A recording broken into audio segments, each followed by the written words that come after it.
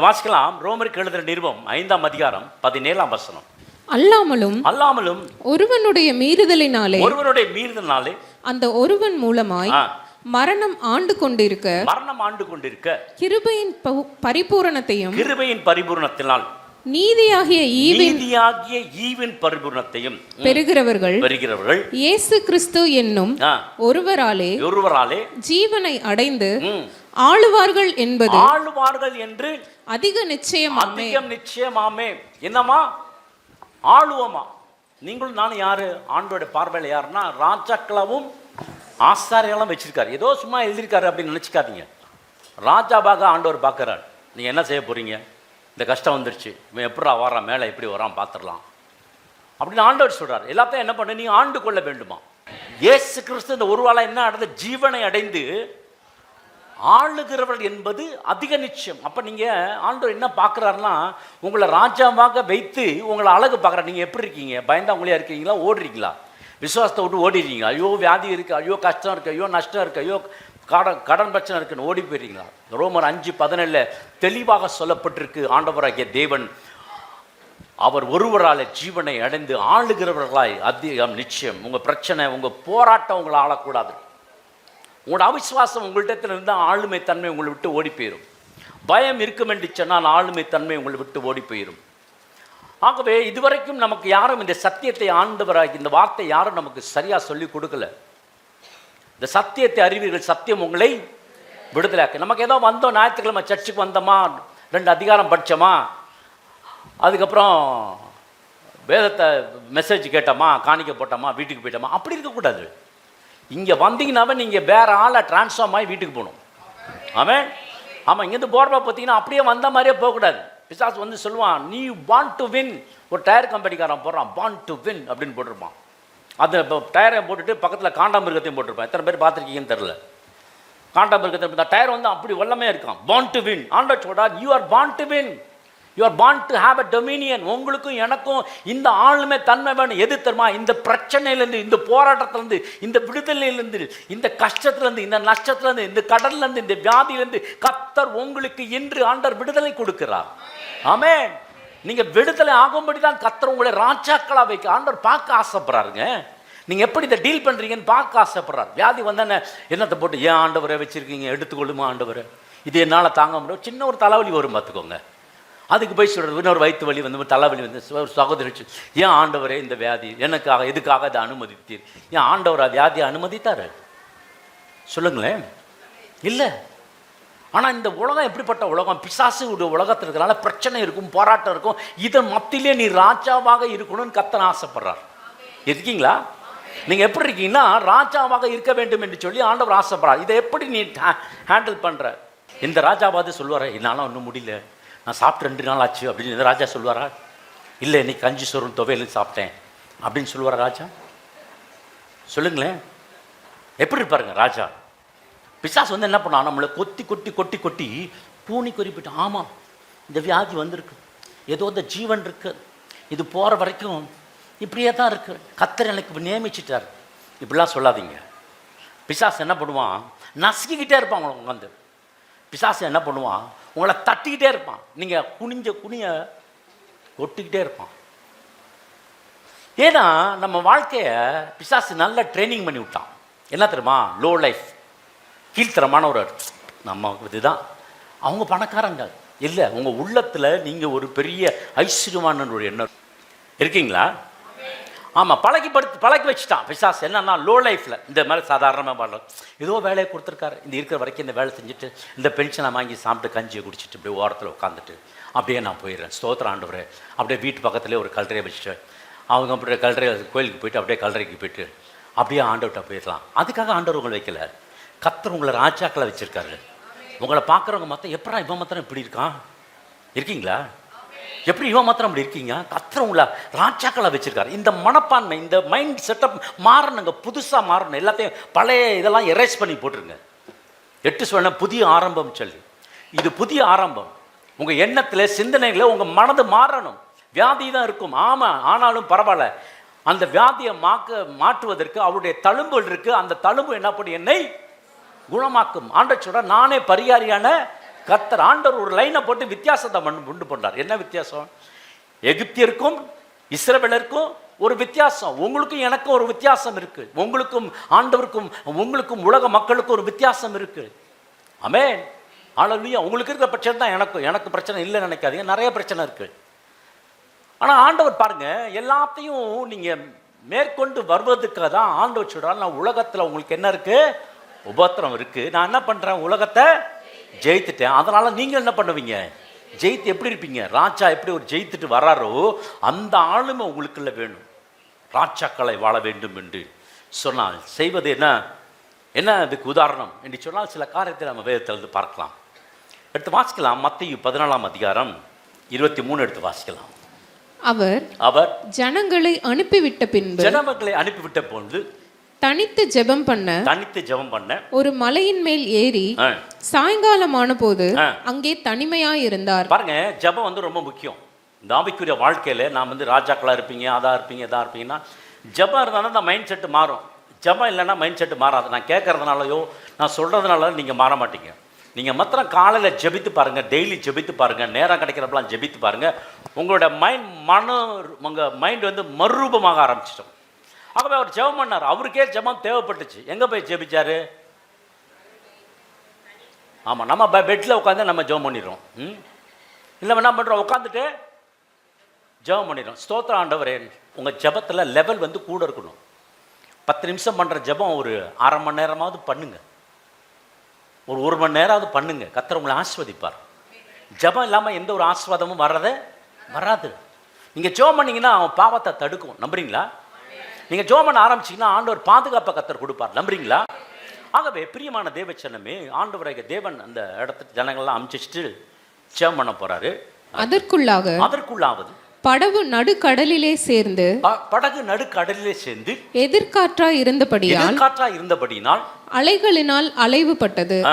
இரவின் 4ஆம் ஜாமத்தில் இயேசு கடலின் மேல் நடந்து அவர்களிடத்திற்கு வந்தார்.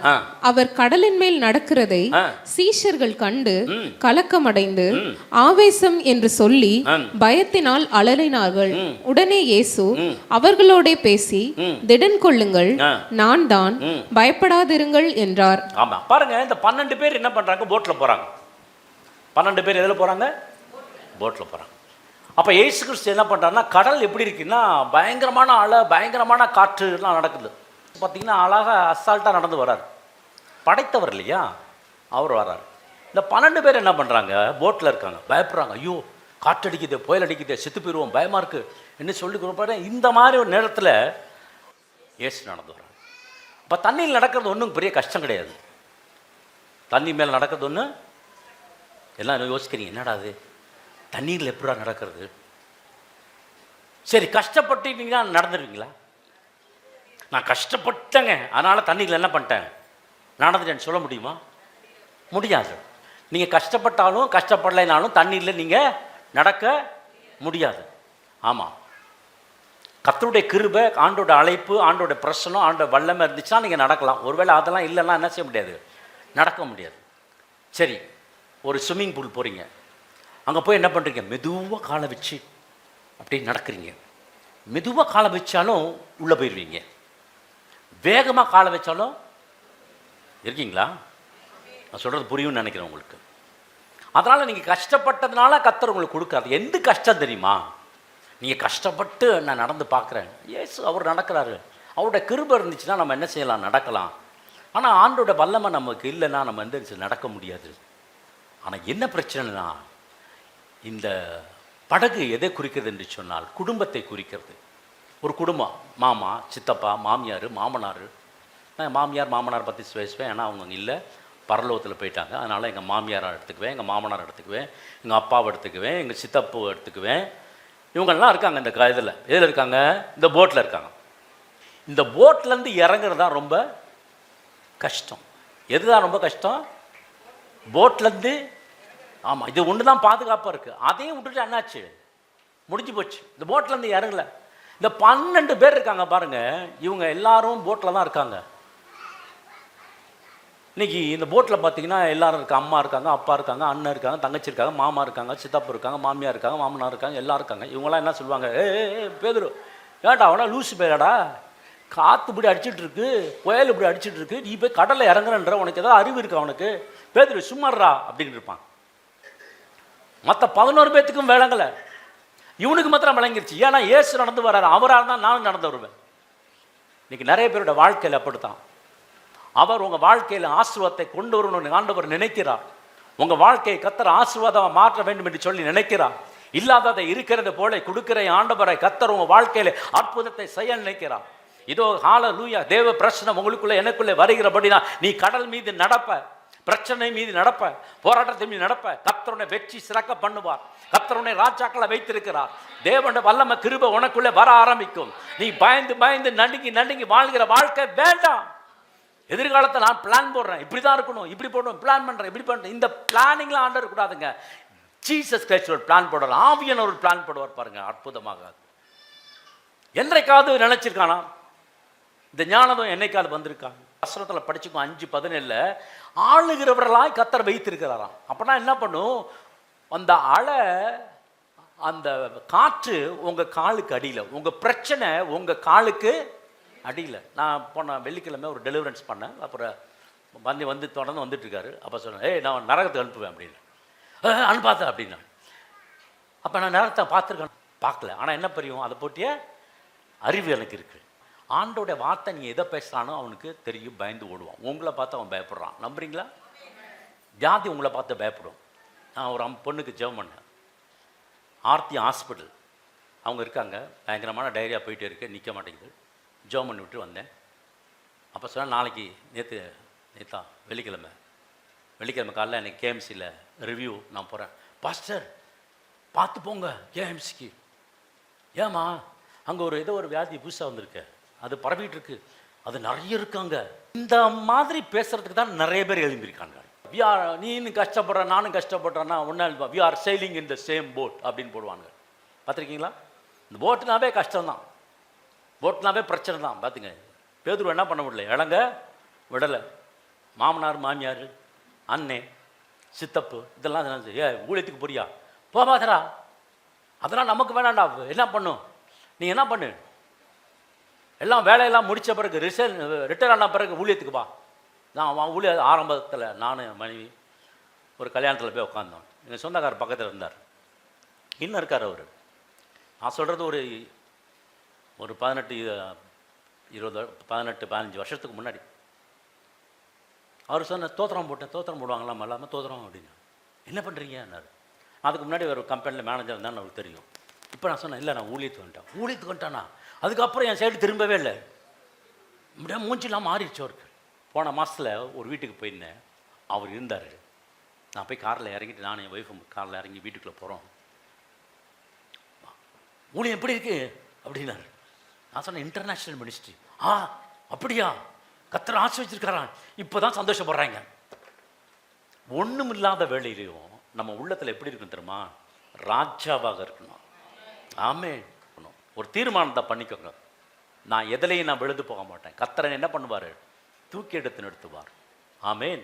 ஹல்லேலூயா.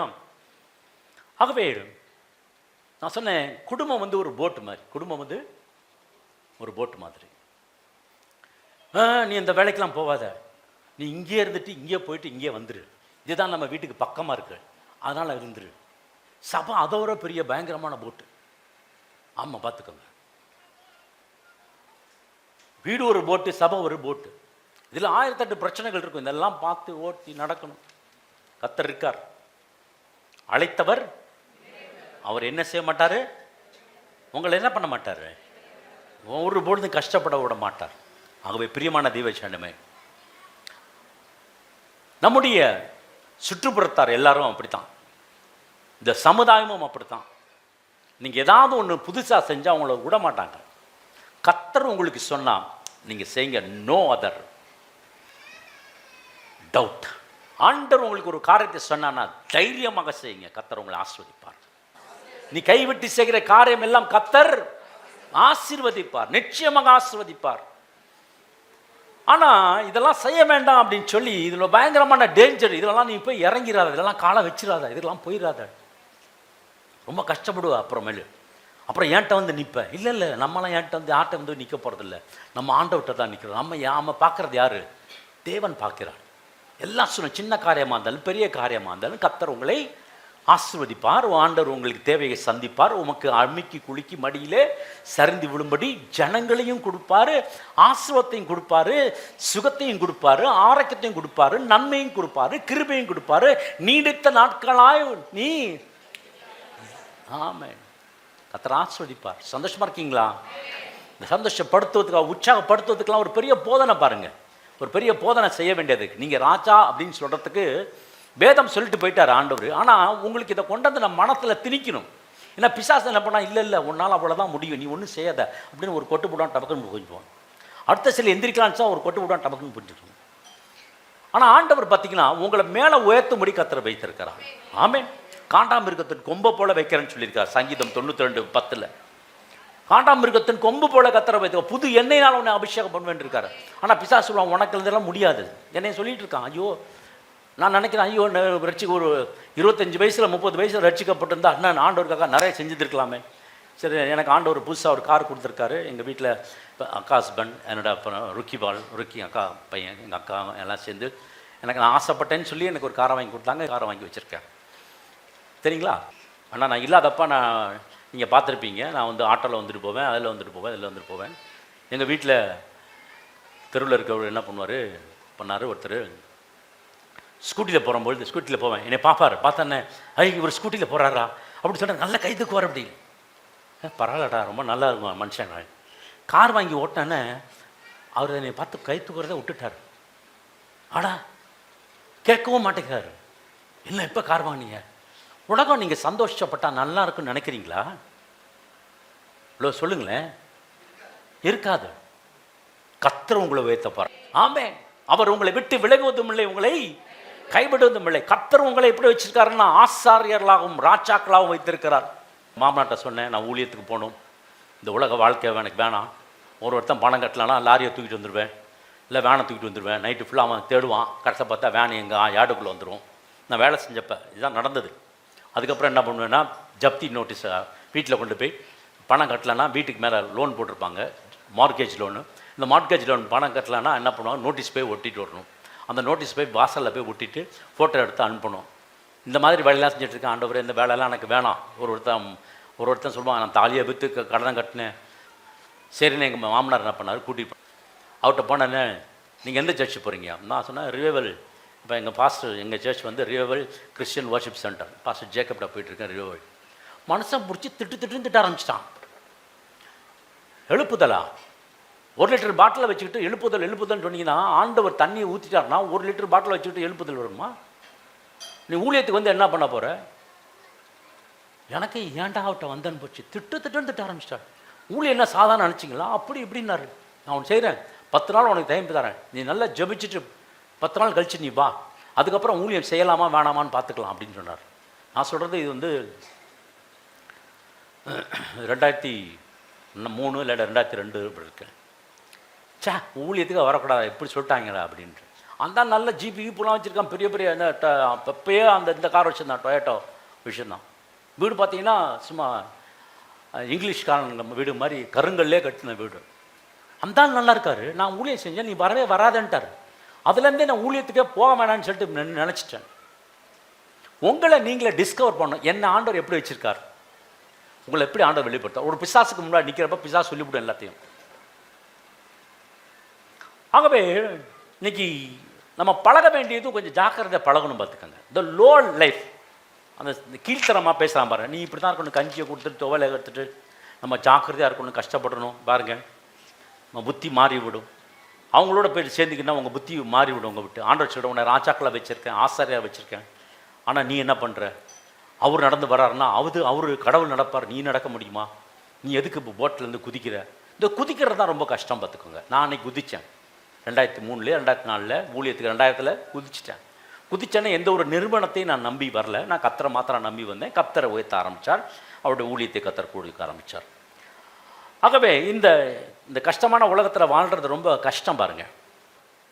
இன்னைக்கு இயேசுவோட கூட இருக்க ஆரம்பிச்சிட்டிங்கன்னா எனர்ஜிஸாக இருந்துருப்பாங்க. பரிசுத்த ஆவியானவர் உங்கள்கிட்ட வரும்பொழுது, ஜெபிக்கும் பொழுது, ஆவியானோட ஜெபிக்கும் பொழுது, பாடும்பொழுது ஒரு எனர்ஜி வரும். பாருங்க, அது இயேசுவோட எப்போ close association with the fellowship of the Lord God Jesus Christ, இயேசுவோடு கூட க்ளோஸாக இருக்கிறப்ப தான் உங்களுக்கு அந்த தைரியம் வரும். பார், உன் கையின் பிரயாசத்தை அப்படிதான் சொல்லியிருக்கு. நீங்க என்ன மாட்டாத, கீழாகாமல் வாழாகாமல் God will lift you up. ஆண்டவர் உங்களை உயர்த்துவார்.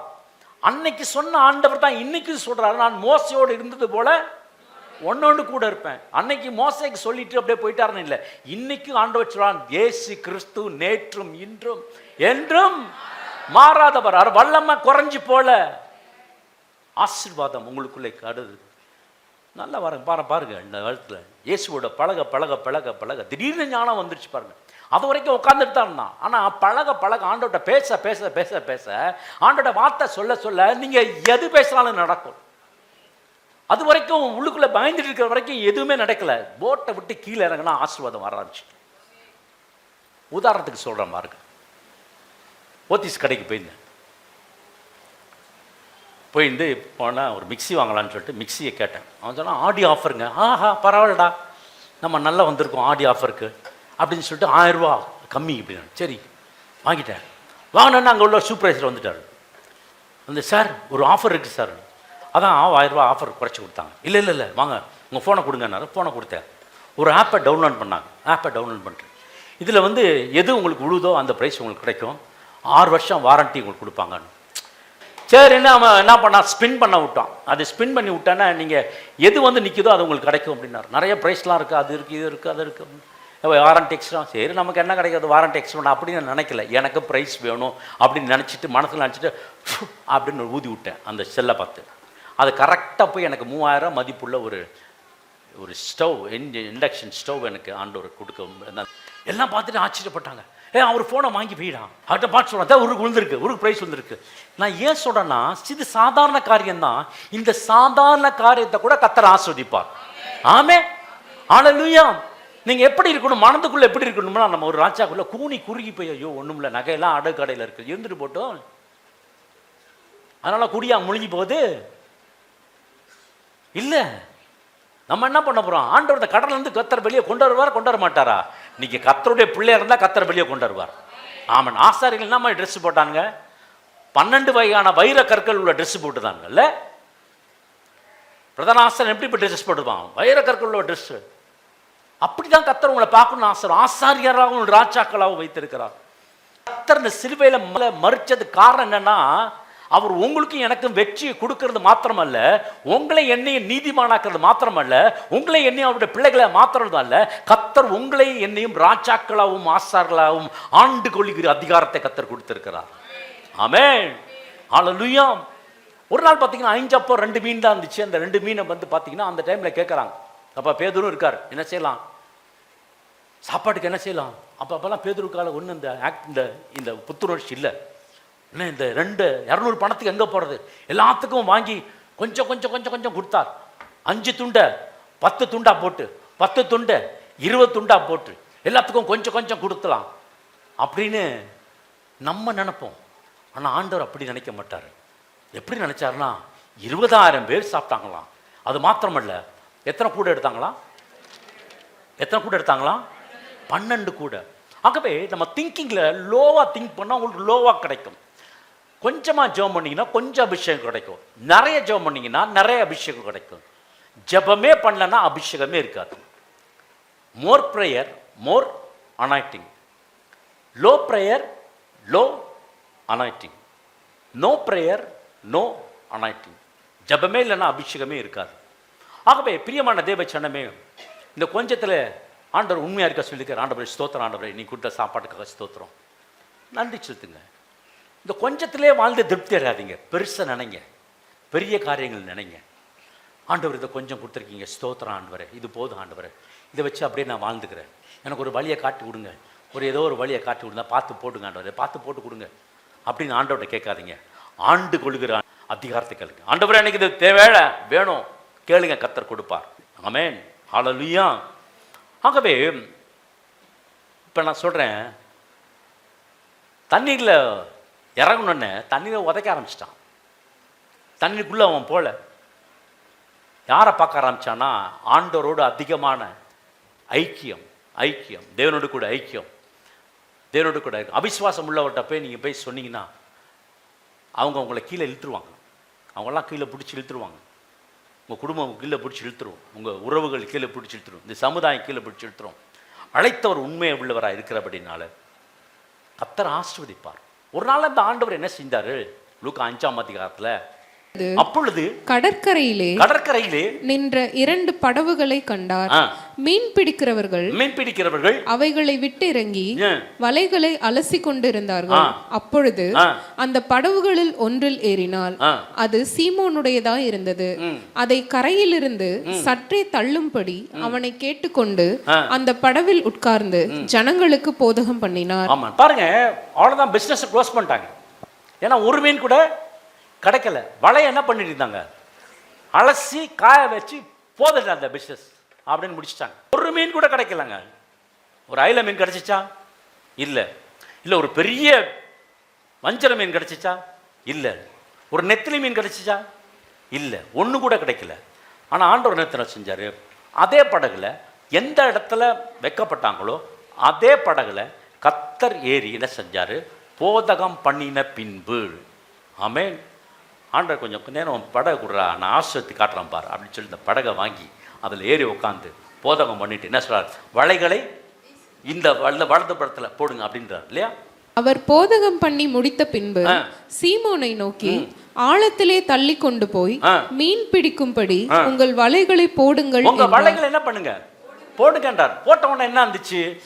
அதற்கு கடல்ல இருக்கிற எல்லா மீனும் அந்த இடத்துல வந்து சேர்ந்துருச்சு. அதற்கு சீமோன், ஐயரே ராம் முழுவதும் நாங்கள் பிரயாசப்பட்டோம் ஒன்றும் அகப்படல. ஆகிலும் உம்முடைய வார்த்தையின்படியே. யாரோட வார்த்தை? அவரோட வார்த்தை எங்க இருக்கு? எதுல இருக்கு? நீங்க வச்சிருக்க பைபிள்ல இருக்கு. இந்த வார்த்தையின்படி நீங்க செஞ்சீங்கன்னா கர்த்தர் ஆசீர்வதிப்பார். அந்த இடத்துல என்ன நடந்துச்சுன்னா, கடல்ல இருக்க எல்லா மீனும் ஒன்னா சேர்ந்துருச்சு. அதனால வலை கிளியத்தக்க மீனை கர்த்தர் கொடுத்தது மாத்திரம் இல்லாம இன்னொரு போட்டை கூட்டி வராரு. அடுத்த போட்டை கூட்டுவாங்க. அந்த போட்லையும் மீனை போட்டாங்க. அந்த மீனோட அளவு எவ்வளவு இருந்துச்சுன்னா, அந்தபடியே அவர்கள் செய்து தங்கள் வலை கிழிந்து போகத்தக்கதாக மிகுதியான மீன்களை பிடித்தார்கள். அப்பொழுது மற்ற படவில் இருந்த கூட்டாளிகள் வந்து தங்களுக்கு உதவி செய்யும்படிக்கு சைகை காட்டினார்கள். அவர்கள் வந்து 2 படவுகளும் அமிழத்தக்கதாக நிரப்பினார்கள். 2 படகும், ஒரு படகு மாத்திரம் இல்ல, 2 படகு. உங்களால மற்றவர்களுக்கு ஆசீர்வாதம். நீங்க பேசுவாதான் மற்றவர்களுக்கு ஆசீர்வாதம். உங்களால உங்க குடும்பத்துக்கு ஆசீர்வாதம். உங்களால உங்க பிள்ளைகளுக்கு ஆசீர்வாதம். உங்களால நீங்க வேலை செய்கிற இடத்துல ஆசீர்வாதம். இந்த ஆசீர்வாதம் பழுகி பெருகிறதா இருக்கும். ஆமென். பழுகி பெருகி பூமியை நிரப்பி கீழ்ப்படுத்தி ஆண்டு கொள்ளுங்கள். இருக்கீங்களா? பாருங்க, இப்படிப்பட்ட ஆசீர்வாதத்தை ஆண்டவர் கொடுக்கிறார். பேதுருவை மாத்திரம் ஆசீர்வதிக்கல, பேதுருவோட கூட இருந்த ஃப்ரெண்டையும் கர்த்தர் ஆசீர்வதிப்பார். உங்க நிமித்தம் கர்த்தர் உங்க வீட்டை ஆசீர்வதிப்பார். உங்க நிமித்தம் கர்த்தர் உங்க பிள்ளைகளை ஆசீர்வதிப்பார். உங்கள் நிமித்தம் கர்த்தர் உங்களுடைய எல்லையை பெரிதாக்குவார். இன்னைக்கு நிறைய பேர் போட்டை பிடிச்சிட்டு உட்காந்துருக்கேன். நான் விட மாட்டேன், நான் இதை தான் பிடிச்சிட்டு இருப்பேன், நான் போக மாட்டேன், இங்கே தான் இருப்பேன். பிசாசு சொல்லும், நான் போக மாட்டேன், இங்கே தான் இருப்பேன், நான் கூட்டிகிட்டு போக தான் வந்திருக்கேன். நான் சொல்லுவேன், அதுக்கு தெரியுது பாருங்க, நம்மளை பார்த்தா அது பயப்படுது. ஆனால் நம்ம அதை பார்த்து பயப்படுங்க. நாயை கண்டா நம்ம பயப்படுவோம் பாருங்க. நாய் நம்மளை பார்த்து பயந்துட்டு இருக்கோம். ஆனால் நம்ம என்ன பண்ணுவோம்? ஐயோ கடிச்சிடும். அது நினைக்கும், ஐயோ அடிச்சு போகிறான்டா. நம்ம என்ன நினைப்போம்? ஐயோ கடிச்சு விட போகுது அப்படின்னு. அதனால் இதில் பார்த்தீங்கன்னா பிசாசு எல்லாத்துக்கும் நல்ல ட்ரைனிங் கொடுத்துட்டான். இதுக்கு ஏதாவது செமினார் நடக்குதாங்க? பயப்படுறதுக்குன்னு ஒரு செமினார் நடக்குதா? சொல்லுங்களேன். நீங்கள் எப்படி பயப்பட வேண்டும், நீங்கள் எல்லாத்துக்கும் பயந்துருக்கு, இதுக்கு செமினார் வேணுமா? தேவையில்லை, ஆட்டோமேட்டிக்காக நடக்கும். நீ சும்மா இருக்கிறப்ப ஐயோ அது இப்படி இருக்குமோ, இன்னும் லேட்டாச்சு வரல, இதாக தான் இருக்குமோ, ஐயோ இந்த மாதத்தை எப்படி போவேன், ஒன்றுமே வரலையே, ஒன்றுமே இல்லைனாலும் கர்த்தர் ஆசீர்வதிப்பார். ஆனால் வசனம் என்ன சொல்லுதுன்னா, என் தேவன் தம்முடைய ஐஸ்வரியத்தினாலே உங்கள் குறைவுகளை எல்லாம் கிறிஸ்து இயேசுவுக்குள் மகிமையிலே நிறைவாக்குவார். எப்படி நிறைவாக்குவாரா? மகிமையிலே. அப்படின்னு எழுதியிருக்குங்க, சும்மாவா எழுதியிருக்கு? நாளைக்கு என்ன செய்வோம், நாளைக்கு என்ன சாப்பாடு, நாளைக்கு என்ன கத்திரிக்காயா இல்லை வெண்டிக்காவா, அப்புறம் நாளைக்கு என்ன புளிக்குழம்பா இல்லது கார குழம்பா, இல்லை டெய்லி இந்த பருப்பு குழம்பு சாப்பிட்டு தீர்ந்து போச்சு, நாளைக்காவது ஒரு மீனை வாங்கி சாப்பிடுவோம், மாசத்துல ஒரு நாள் மீன். ஹலோ, இருக்கீங்களா? உங்க திங்கிங் மாறணும் தான் அப்படிதான் சொல்றேன் நான். கத்திரிக்காய் சாப்பிட்றதுனால வெண்டைக்காய் சாப்பிட்றதுனால ஒன்றும் இல்லை, அது நீங்கள் சாப்பிடுங்க, ரொம்ப நல்லது. ஆனால் பாருங்க, உங்கள் திங்கிங் மாறணும். நான் ஐஸ்வர்யமாக இருப்பேன். அல்லேலூயா, கர்த்தர் ரொம்ப நல்லவர். ஆகவே இந்த வாரத்தை இப்படியே போயிடுச்சு, அடுத்த வாரம் இப்படியே போனால் என்ன ஆகுது? இப்படியே போயிட்டே இருந்தால் அவன் நிலைமை என்ன ஆகுறது? அப்படி பரிதாபப்படுற ஆட்கள்லாம் இருக்காங்க தெரியுங்களா? இப்படியே போனால் நீங்கள் ஐஸ்வர்யன் ஆவீங்க. ஆமாம், ஈசாக்கு என்ன பண்ணா? பஞ்ச காலத்தில் விதைச்சான் இல்லை? இப்படியே போயிட்டு இருந்தா என்ன ஆகுதுன்னு அவன் நினைக்கல. என்ன பண்ணான்னா, பஞ்ச காலத்தில் விதைச்சான். அது அவனுக்கு எத்தனை பலன் கொடுத்துச்சு? 30-60 கிடையாது, இந்த கால்குலேஷன்லாம் கிடையாது. ஆண்டவர் கொடுத்தாருன்னா மல்டிப்ளிகேஷன் தான். ஆண்டவர் உங்களை நிரப்புவா, அமுக்கி குலுக்கி மடியிலே சரிந்து விடும்படி நிரப்புவா. 100 மடங்கு ஆசீர்வாதம். சொல்லுங்க 100 மடங்கு. சொல்லுங்க 100 மடங்கு. சொல்லுங்க 100 மடங்கு. சொல்லுங்க 100 மடங்கு. 100 மடங்கு ஆசீர்வாதத்தை கர்த்தர் உங்களுக்கு தருவா. ஆமென், ஹல்லேலூயா. உங்க குடும்பத்தை கர்த்தர் செழிப்பா. இந்த சர்ச்சுக்கு வரதுனால உங்க குடும்பம் ஆசீர்வதிக்கப்படும், உங்க இல்லங்கள் ஆசீர்வதிக்கப்படும், உங்க பிள்ளைகள் ஆசீர்வதிக்கப்படுவார்கள், உங்களுடைய உடன்பிறப்புகள் ஆசீர்வதிக்கப்படும், உங்க எல்லையை கர்த்தர் பெரிதாக்குவார். கர்த்தருடைய நாமம் மகிமைப்பட போகிறது. ஆமென், ஹல்லேலூயா. கர்த்தர் நல்லவர். இல்ல பிரதர், இந்த பிசாசு தொல்லை தாங்க முடியல, இந்த சத்ரு இந்த பிசாசோட தொல்லை தாங்க முடியல, அவனை பெருசாலாக்காதீங்க. அவன் உங்க காலுக்கு கீழே இருக்கான். நீங்க யாரு? நீங்க யாரு? ஆமென். நம்ம சொல்றோம், ஐயோ இந்த பிசாசு இல்ல, அதோட பெரியவர்கள் உலகத்தில் இருப்போன்னு உங்களுக்குள்ள இருப்பவர். உங்க திங்கிங் மாறணும், உங்க எண்ணங்கள் மாறணும், உங்க சிந்தனைகள் மாறணும், உங்க யோசனைகள் மாறணும். Fellowship with the Lord God. ஆண்டவரோடு கூட ஒரு பிரத்யட்ச உறவு இருக்கணும். யோசுவாவை ஆண்டவர் உயர்த்தின காரணம் என்ன தெரியுமா? யாத்திராகமம் 33ஆம் அதிகாரம் 11ஆம் வசனம் சொல்லுகிறது, மோசே ஆசாரிப்பு கூடாரத்தில் நின்றுட்டு போன பின்பாக அந்த வாலிபன் ஆகிய ஜோசுவா என்ன பண்ணார்னா, ஆசாரிப்பு கூடாரத்தை விட்டு பிரியாதிருந்தான். தேவ பிரசனத்தில் இருக்கும் பொழுது கர்த்தர் உங்களை ஆசீர்வதிப்பார். வசனம் சொல்லுகிறது, அவருடைய பணிவிடைக்காரனாகிய வாலிபன் அப்படின்னு போட்டிருக்குல்ல, வாலிபத்தில் உன் சிருஷ்டிகரை நினை. ஆசாரிப்பு கூடாரத்தை விட்டு என்ன செய்யாத, தேவ பிரசனத்தை விட்டு என்ன பண்ணாதீங்க, விலகாதுங்க. ஞாயிற்றுக்கிழமை சர்ச்னா ஞாயிற்றுக்கிழமை சேருங்க. கர்த்தர் உங்களை உயர்த்தி நிற்பார். கர்த்தரோட வார்த்தை உங்களுக்குள்ள எனக்குள்ள இருக்கும் பொழுது அசாத்தியமான காரியங்கள் உங்க வாழ்க்கையில் நடக்கும். மார்க் 10ஆம் அதிகாரம் 46ஆம் வசனம் எடுத்து வாசிக்கலாம். மார்க் 10:46. பின்பு அவர்கள் எரிகோவுக்கு வந்தார்கள். அவரும் அவருடைய சீஷர்களும் திரளான ஜனங்களும் எரிகோவை விட்டு புறப்படுகிற போது திமேயுவின் மகனாகிய பர்திமேயு என்கிற ஒரு குருடன் வழி அருகே உட்கார்ந்து பிச்சை கேட்டுக் கொண்டிருந்தான்.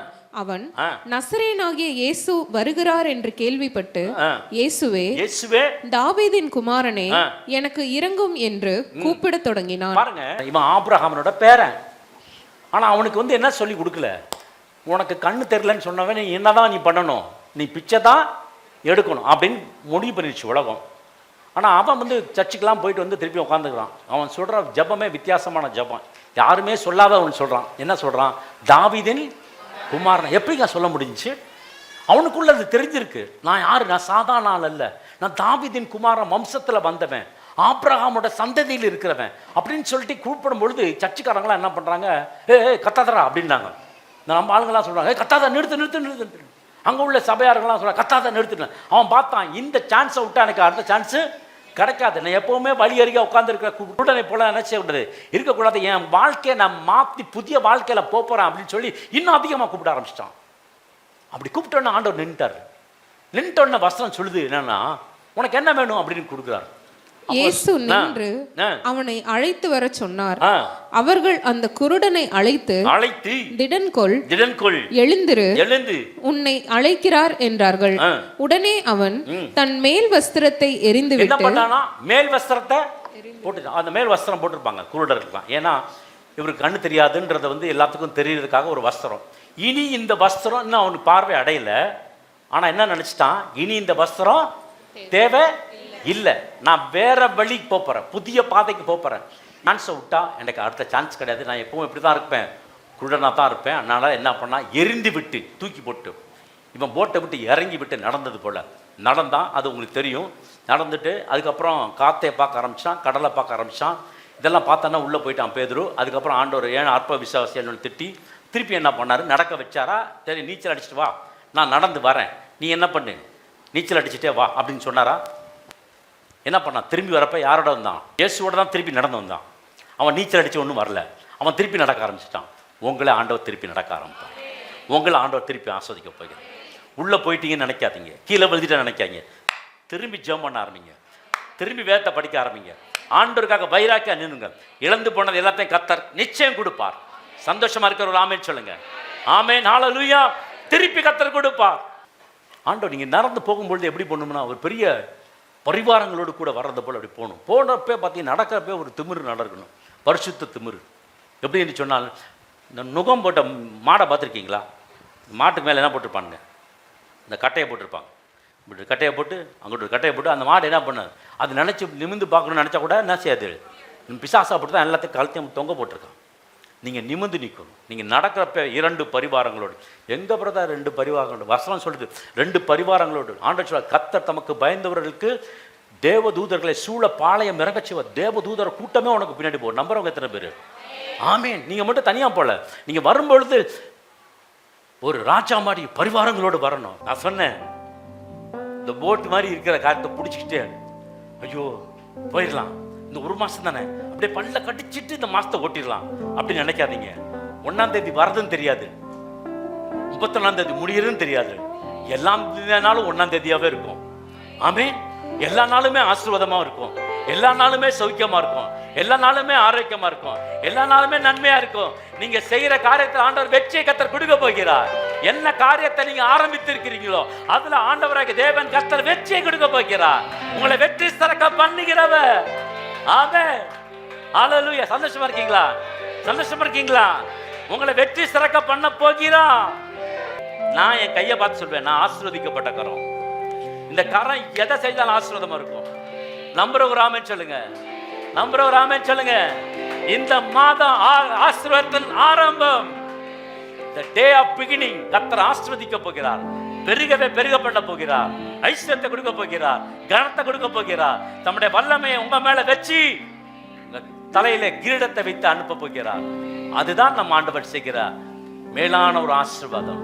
ஆமென், ஹல்லேலூயா. சந்தோஷமா இருக்கீங்களா? நல்ல தேவனே, இந்த நாளுக்காக நன்றியோடு துதிக்கிறோம், சோத்திரிக்கிற கர்த்தாவே. இந்த புதிய மாதத்தை ஆண்டவர், இந்த 8வது மாதத்தில் ஆண்டவரே புதிய ஆரம்பத்தை எங்கள் வாழ்க்கையில் கொடுத்ததுக்காக நம்ம கோடி நன்றி செலுத்திக்கிறோம். இந்த மாதம் முழுவதும் கொடுக்கப்பட்ட வாக்கு தத்துவத்தின்படி ஆண்டவரே கர்த்தர் எங்களை மேன்மையாக வைப்பார். சகல கண்களுக்கு முன்பாக கர்த்தர் எங்களை மேன்மைப்படுத்துவார். யோசுவாவை மேன்மைப்படுத்தினீங்களே, மோசேயோடு இருந்தது போல உன்னோடு கூட இருப்பேன் என்று சொல்லி மேன்மைப்படுத்தின தகப்பன், இந்த நாள் ஆண்டவர் உம்மை நோக்கி பார்த்தார்கள், பிரகாசமானதால் முகங்கள் வெட்கப்படவில்லை என்ற வார்த்தைப்படி நீங்கள் நடத்துவதற்காக உமக்கு நன்றி சுவாமி. பரிதிமையை போல எங்களுடைய வாழ்க்கை பயணத்தில் எல்லா சூழ்நிலைகளையும் சத்தமிட்டு கூப்பிட்டு ஆண்டவரே உம்முடையத்திலிருந்து ஆசீர்வாதத்தை பெற்றுக்கொள்ளத்தக்கதாக உதவி செய்யுங்க சுவாமி. ஆண்டவரே, ஒரு மீன் கூட பிடிக்க முடியாத நிலையில் ஆண்டவரே கர்த்தருடைய வார்த்தையை நம்பி ஆண்டவரே வலையை போட்ட போது ஏராளமான மீன்களை பிடிக்க கர்த்தர் உம்முடைய கிருபை செய்தீங்களே சுவாமி. அதுபோல் எங்கள் வாழ்க்கையிலே ஆண்டவரே உம்முடைய வார்த்தையை நாங்கள் சொல்லி எங்களுக்கான ஆசீர்வாதங்களை பெற்றுக்கொள்ளத்தக்கதான ஒரு கிருபையை கொடுத்து நீங்கள் ஆசீர்வதிங்க சுவாமி. ஆண்டவரே, உம்மை பார்த்து பேதுரு கடல் மேல் நடந்து போனது போல் ஆண்டவரே சூழ்நிலைகளை பார்க்காதபடி ஆண்டவரே எப்பையும் நாங்கள் உம்மை நோக்கி பார்த்தார்கள், பிரகாசம் அடைந்தார்கள், முகங்கள் வெட்கப்படவில்லை என்ற வார்த்தைப்படி ஆண்டவரே உம்மை நோக்கி பார்த்து ஆண்டவரே நாங்கள் கீழே விழுந்தாலும் ஆண்டவரே தடுமாறினாலும் ஆண்டவரே உம்முடைய கிருபை நோக்கி உம்முடைய கரத்தினால நாங்கள் தாங்கி பிடிக்கப்பட்டு எங்கள் வாழ்க்கையில் வெற்றி எடுக்க எங்கள் வாழ்க்கை படக ஆண்டவரே நாங்கள் செலுத்தும் போது ஆண்டவரே எங்களுக்கு வெற்றியும் முழு வெற்றியும் சமாதானத்தையும் தேவனோடு இணைந்திருக்கிற ஒரு வாழ்க்கையும் கொடுத்து நீங்கள் ஆசீர்வதிங்க. உம்முடைய திரு சமூகத்தில் எங்களை ஒப்புக் கொடுக்கிறோம். இயேசு கிறிஸ்துவின் வல்லமையுள்ள நாமத்தில் இந்த நாளை ஆசீர்வதித்து ஜெபிக்கிறோம் ஜீவனுள்ள நல்ல இயேசுவாமி. ஆமென். ஜெப தேவைக்கு 9894913619.